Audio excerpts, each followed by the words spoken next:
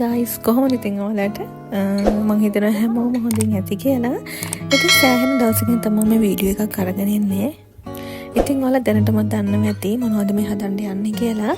ඉතින් මේ රෙසිපි එක නම් මම නෙමෙයි හදන්නේ.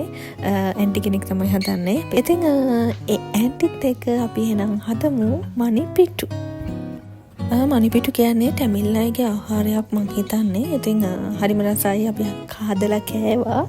ඉතින් මේ කරන්නේ පිටි ටික තඹ ගන්නවා. ඒ කියන්නේ පාන් පිටි තමයි මණිපිට්ටු හදන්න අපි ගත්තේ. රයිස් කුකර් එකට වතුර එකක් රත් වෙන්න ගහලා ස්ටීමර් එකට පාන් පිටි ටික දාලා මොනවද දුන්නේ මොනවද දැම්මේ නැහැ. හොඳට වැහෙන විදිහට වහලා පැයක් විතර අපි තඹ ගත්තා. පිටි ටික තඹ ගත්තට පස්සේ මේ පිටි හොඳටම තැඹිලාද කියලා බලන්නේ මෙන්න මේ විදිහට. ඒ කියන්නේ පිටි මේ වගේ වතුර කෝප් එකකට දාද්දී යට යනවා නම් තැඹිලාලු. උඩ පා වෙනවා නම් තැඹිලා නැල්ලු. ඉතින් පිටි කැටයක් පිටින් ඔහම දාලා බලන්න. ඉතින් වතුර යටට යනවා නම් පිටි ටික හොඳට තැඹිලා තියෙන්නේ.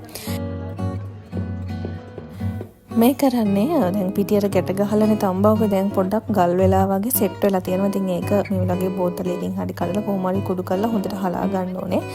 අද තුන් පාර හලන්න ඕනේ නෑ. සාමාන්‍යයෙන් මේක අර කැටයින් වෙන්න හලා ගත්තා නම් ඇති.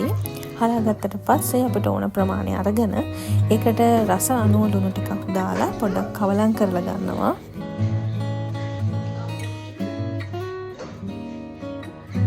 ඊට පස්සේ උණු වතුරෙන් පිටි ටික අනා ගන්නවා. හොඳ ගුලියක් වගේ හැදෙන්න හොඳට පිටි ටික අනා ගන්න ඕනේ. ඉතින් ගොඩාක් රස්නෙත් නෙමෙයි, නිමිලක් නෙමෙයි, සාමාන්‍ය රස් වතුරකින් පිටි ටික හොඳට අනා ගන්න. දියාරු වෙන්නෙත් නැතිව, ගොඩාක් තද වෙන්නෙත් නැතිව හොඳට පිටි මෝල්ලියක් හදා ගන්න ඕනේ. කියන්න අමතක වුණා ඔයාලා පිටි අනන්න ගද්දී පිටි කෝප්පයක් විතර පොඩ්ඩක් පැත්තකින් තියාගෙන ඉතුරු ටික අනන්න ගන්න. මොකද අපිට පිටි ටිකක් වෙනම ඕන වෙනවා. ඉතින් මේ වගේ ඇඟිල්ල පොඩ්ඩක් ඔබලා බලන්න. ඔය ගානට විතර යට යනවා නම් සෙට් කරනවා නම් හරි පදමට පිටි ගුලිය අනාගෙන තමයි තියෙන්නේ. දැන් අපේ පිට්ටු රැලි ටික හදාගන්න තමයි යන්නේ. මේ වගේ බන්දේසියකට ඉඩ තියෙන භාජනයකට පිටි ටිකක් අපි ඉහලා පිට්ටු වංගෙඩියට පිට්ටු අපි හදාගත්ත පිටි ටික දාලා ඉතින් මෙරික ගන්නවා. ලොකු හිල් තියෙන තහඩුවකින් තමයි මණිපිට්ටු හදාගන්නේ. අපි දැන් බලමු ඉතින් මේ ටික කොහොමද ඊට පස්සේ මණිපිට්ටු වෙන්නේ කියලා.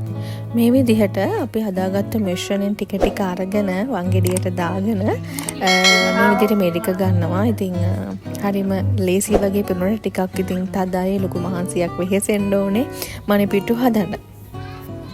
පාන් පිටි රැලි ටික මිරික ගත්තට පස්සේ උඩින් ආය අපි ඉතුරු කරගත්ත පිටි මිශ්‍රණය ටිකක් ඉහලා මේ විදිහට රැලි කඩා ගන්නවා. සාමාන්‍යයෙන් බත් ඇටයක සයිස් වෙන්න වගේ අපි මිරික ගත්ත රැලි ටික කඩා ගන්න ඕනේ.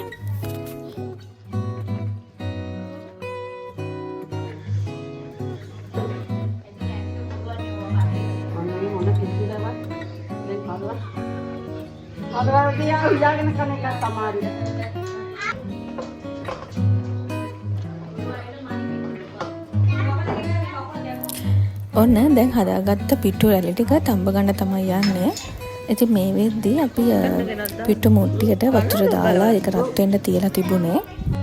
දැන් හදාගත්ත පිටි මිශ්‍රණය එහෙම නැත්නම් අපේ පිට්ටු රැලි ටික පිට්ටු බම්බුවට දා ගන්නවා. ගොඩාක් තද වෙන්න දාන්නේ නැහැ. සාමාන්‍යයෙන් සෙට් වෙන විදිහට දාලා මේ ටික ලිපෙන් තියා ගන්නවා.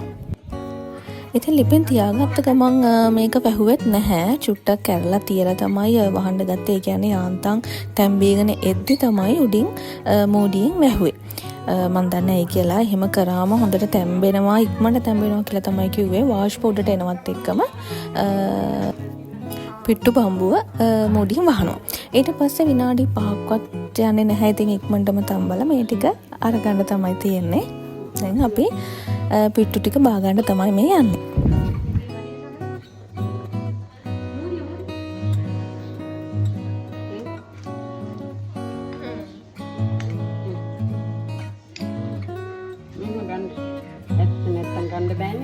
ඔන්න අපි පිට්ටු ටික හදාගෙන ඉවරයි. දැන් ඉතින් රස බලන්න තමයි තියෙන්නේ. මේකට ඉතින් ඔයාලට කිරි හොද්දක්, කල හොද්දක්, චිකන් හොද්දක් හරි කැමති මස් වර්ගයෙන් හොද්දක් හදාගන්න පුළුවන්. හොද්දක් නම් අනිවාර්යෙන්ම ඕනේ පණිපිට්ටු වල රස බලන්න නම්.